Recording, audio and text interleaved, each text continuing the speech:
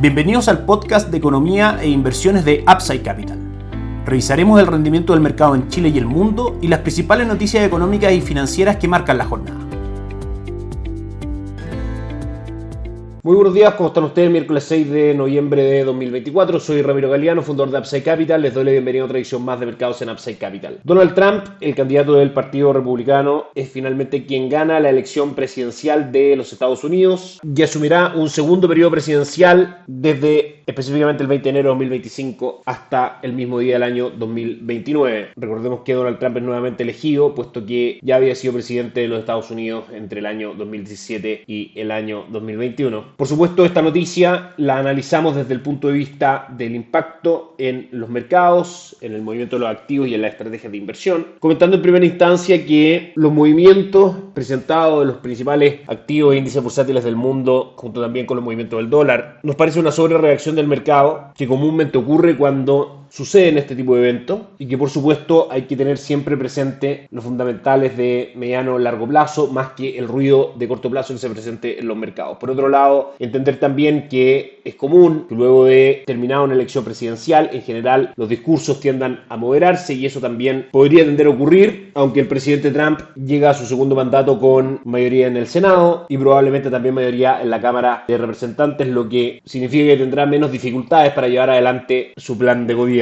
Si bien estamos frente a una volatilidad fuerte en los mercados de corto plazo, producto de la elección de Donald Trump como presidente de Estados Unidos, es también importante recordar que el factor relevante en el mediano y largo plazo para los mercados son los fundamentales económicos y en ese sentido la atención de los inversionistas se centrará en el mediano y largo plazo en el ciclo de recorte de tasas por parte de la Reserva Federal, entendiendo que este ciclo en sí mismo es un factor alcista para la economía, para acciones y bonos norteamericanos, y que estadísticamente hablando no existe una correlación entre un mejor o peor desempeño de los activos en general norteamericanos con un demócrata o un republicano al mando del país, por lo que acciones y bonos de Estados Unidos continúan con un gran atractivo, como decíamos, de mediano a largo plazo y continúan también siendo parte de nuestra estrategia y recomendación de inversión. Desde el punto de vista interno de Estados Unidos es una muy buena noticia, de hecho así lo reciben los principales índices bursátiles que ayer subieron todos por sobre un 1%, Dow Jones un 1.02%, S&P 500 un 1.23% y Nasdaq un 1.43%, dado que, entre otras cosas, podríamos esperar posibles recortes de impuestos y menos regulación corporativa, propuestas que Wall Street, por supuesto, mira con optimismo, dado que podría desembocar en mayores ganancias corporativas y, por supuesto, esto es atractivo para los inversores. Un punto de preocupación del triunfo de Donald Trump es que parte de las medidas para incentivar el mercado interno de Estados Unidos consiste en aumentar aranceles de productos que se exportan a Estados Unidos, principalmente desde China, lo que claramente golpea también, junto con China, a países emergentes que son proveedores de commodity, factor productivo muy relevante. Respecto al impacto en los mercados, lo analizamos detenidamente. Ayer, como decíamos, ya los tres principales índices bursátiles de Wall Street cerraban en terreno positivo y el efecto hoy día también es positivo, dado que la victoria de Donald Trump es bastante más clara de lo que el mercado esperaba en términos comparativos con la candidatura demócrata. Si bien todavía no se produce la apertura oficial de los índices bursátiles de Estados Unidos, a esta hora los futuros de aquellos índices, futuros de Dow Jones, el índice industrial es el que más crece, un 3.06%, S&P 500 avanza un 2.23% en la cotización de su futuro y Nasdaq un 1.8%. La renta variable, como decíamos, recibe bien la victoria de Donald Trump. Por otro lado, donde no existen tan buenas noticias es en la cotización de los bonos soberanos de Estados Unidos, específicamente en el bono a 10 años, cuya tasa de descuento que se mueve a la inversa del valor del bono sube hoy aproximadamente 15 pesos. En el mercado cotiza en el 4.43%, en un contexto donde ha avanzado desde principio de octubre prácticamente 70 puntos, desde el 3.7% aproximadamente al 4.4% en que cotiza hoy. Principalmente por el temor de los inversores en que las políticas fiscales expansionistas propuestas por Trump eleven nuevamente la inflación, el déficit y la deuda pública. En el fondo, mayor actividad económica esperada puede tener una presión alcista sobre los precios. Eso eventualmente podría hacer que la Reserva Federal tienda a ser más pausado el ciclo de recorte de tasas y naturalmente se produce un ajuste en el mercado de bonos y las tasas tienden a subir, por ende el valor de los bonos a caer. Respecto a las perspectivas de tasa de política monetaria en el corto plazo no se ven afectadas. En la reunión que comienza hoy de la Reserva Federal y que termina mañana, se espera que la tasa con un 99.1% de probabilidades caiga al rango inferior al actual, entre el 4.5 al 4.75%, y con un 67% de probabilidades se espera un recorte adicional de 25 puntos base en la reunión del 18 de diciembre. Si a las expectativas a diciembre de 2025, las dos opciones que generan más consenso respecto a dónde se ubicaría la tasa de política monetaria en esa fecha están en un rango entre el 3.5 al 4%.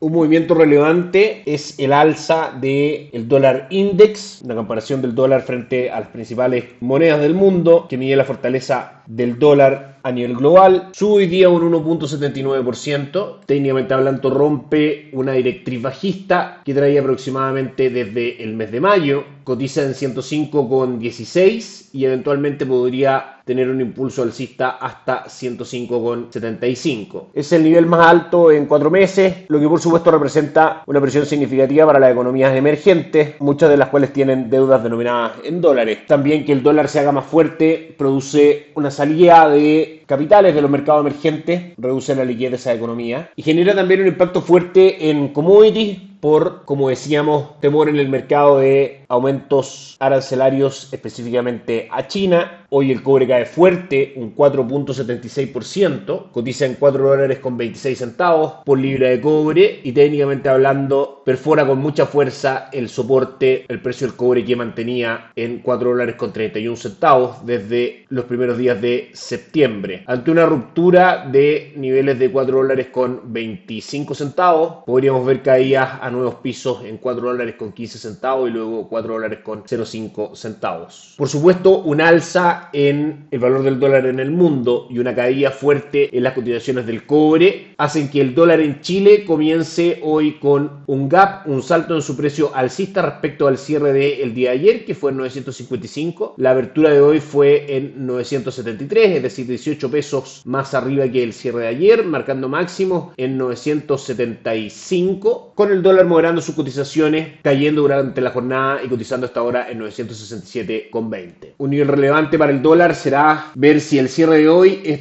por sobre o bajo 960, 962, donde hay un techo o un piso bastante relevante. Si logra respetar 960, probablemente veamos impulso alcista hasta 977. Si cotiza por debajo de 960, los próximos objetivos estarían en 951, 944 y 938. Como sabemos, también el alza del dólar en Chile es la muestra de una mayor debilidad del peso chileno frente a la moneda norteamericana. Aunque, como decíamos, se debilita el peso chileno, no vemos hoy en las cotizaciones una mayor debilidad en la bolsa local, cae levemente un 0.08%, cotiza en 6.520 puntos, con las acciones más transadas, Sokimich B que cae un 2.02%, Vapores que cae un 0.97% y Falabella que cae un 0.64%. Respecto a renta fija local, podríamos esperar noticias no tan positivas e incluso una continuación de las correcciones en el corto plazo, dado que un mayor valor del dólar en Chile es un factor alcista para la inflación, lo que podría frenar o hacer más lento el ciclo de recorte de tasas por parte del Banco Central de Chile, y para eso será vital el dato de inflación del mes de octubre. Y por otro lado, también sabemos que parte de la corrección del mes de octubre en la renta fija local tuvo que ver con el alza en las tasas norteamericanas, que también llevaron al alza las tasas locales, haciendo que el valor de los bonos de renta fija y los fondos mutuos de renta fija tendieran a caer. Como dijimos al principio de este podcast, la tasa del bono del tesoro norteamericano sube hoy aproximadamente 15 puntos, por ende podríamos esperar también alza de las tasas locales y nuevas correcciones en fondos mutuos de renta fija. De todas maneras, los fundamentales de la renta fija local son bastante sólidos. El Banco Central de Chile debiese seguir recortando la tasa de política monetaria ante la ausencia de crecimiento económico y la convergencia de la inflación al 3%, de manera que renta fija local continúa siendo, independiente de las correcciones de corto plazo, una muy buena alternativa de inversión de mediano y largo plazo. Eso es todo por hoy. Nos encontramos el día viernes para seguir analizando el efecto del triunfo de Donald Trump en los mercados, así como también la decisión que tomará mañana la Reserva Federal respecto a la tasa política monetaria de Estados Unidos. Que estén muy bien.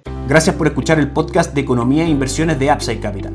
Te invitamos a visitar nuestro sitio web www.upsidecap.cl y contactarnos para brindarte una asesoría objetiva, sin sesgo y con una mirada global para tus inversiones.